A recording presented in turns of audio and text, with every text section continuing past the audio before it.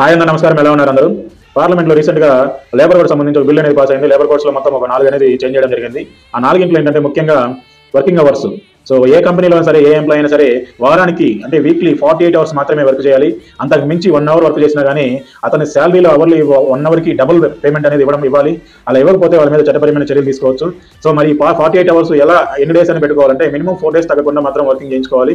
Maximum అనేది 5 days, 6 days అనేవి మీ ఇష్టము. బట్ 48 అవర్స్ మాత్రమే వర్క్ చేయించుకోవాలి. డేకి 8 అవర్స్ లేకపోతే 9 అవర్స్ అనేది ఉంటుంది. సో నెంబర్ 2 వచ్చేసరికి వేతనం అంటే వేజెస్. శాలరీస్ వచ్చేసరికి 1 to 30 డేస్ కౌంట్ చేసుకొని ఫస్ట్ వీక్ అంటే 1 to 7 డేస్ లోపు శాలరీస్ అనేది వాళ్ళ అకౌంట్లోకి, ఎంప్లాయీస్ అకౌంట్లోకి క్రెడిట్ చేయాలి.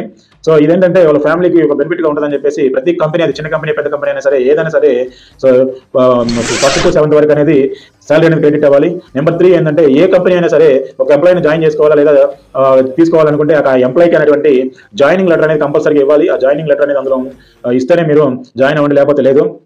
జాయినింగ్ లెటర్ అనేది ప్రతి కంపెనీకి అనేది ఎంప్లాయీకి ప్రొవైడ్ చేయాలి. At the same time resign letter కూడా సేమ్ టైం మీరు తీసుకోవాలి. నెంబర్ 4 వచ్చేసరికి మీకు చాలా ఇంపార్టెంట్ విషయము. ఏదైనా సరే, ఏ కంపెనీ అయినా సరే వర్కింగ్ అవర్స్ లో మాత్రమే ఎంప్లాయీకి మీ కంపెనీ నుంచి కాల్స్ రావాలి తప్ప వర్కింగ్ అయిన తర్వాత అదే కంపెనీ నుంచి మీరు కాల్స్ అనేవి మీరు చేయకూడదు. ఒకవేళ కంపెనీ వాళ్ళు ఒకవేళ అదే టైంలో కాల్ చేస్తే మీకు ఇష్టమైతే రిసీవ్ చేసుకోండి, ఇష్టం లేకపోతే రిసీవ్ చేసుకోకండి. ఒకవేళ రిసీవ్ చేసుకోలేదని మీ మీద కంపెనీ యాక్షన్ తీసుకుంటే మాత్రం చట్టపరంగా మీరు లేబర్ కోర్టు కానీ, లేబర్ కమిషన్ కానీ మీరు అప్రోచ్ అయితే కంపల్సరీగా కంపెనీ మీద యాక్షన్ తీసుకుంటుంది. ఎందుకంటే దీనివల్ల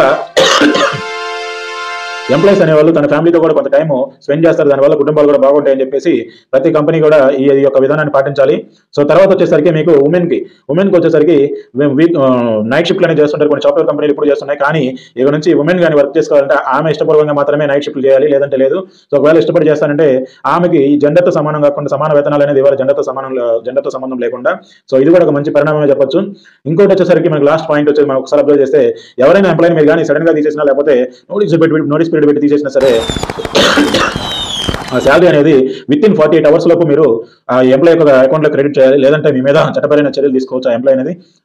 ఎందుకంటే ఆ 48 అవర్స్ లోపు మీరు శాలరీ క్రెడిట్ చేస్తే ఆ శాలరీతో ఆయన నెక్స్ట్ కొంతకాలం టైం ఉన్నా కూడా ఆ టైంలో వేరే జాబ్ ను చూసుకోవడానికి అవకాశం ఉంటుంది. సో ఇలాంటివన్నీ కూడా మనకి చట్టాలు చేస్తున్నారు కానీ కొన్ని అమలవట్లేదు. సో అమలు అవ్వాలంటే మనలో చైతన్యం రావాలి.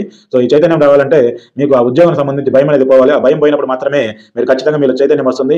థ్యాంక్ యూ వెరీ మచ్, ధన్యవాదాలు.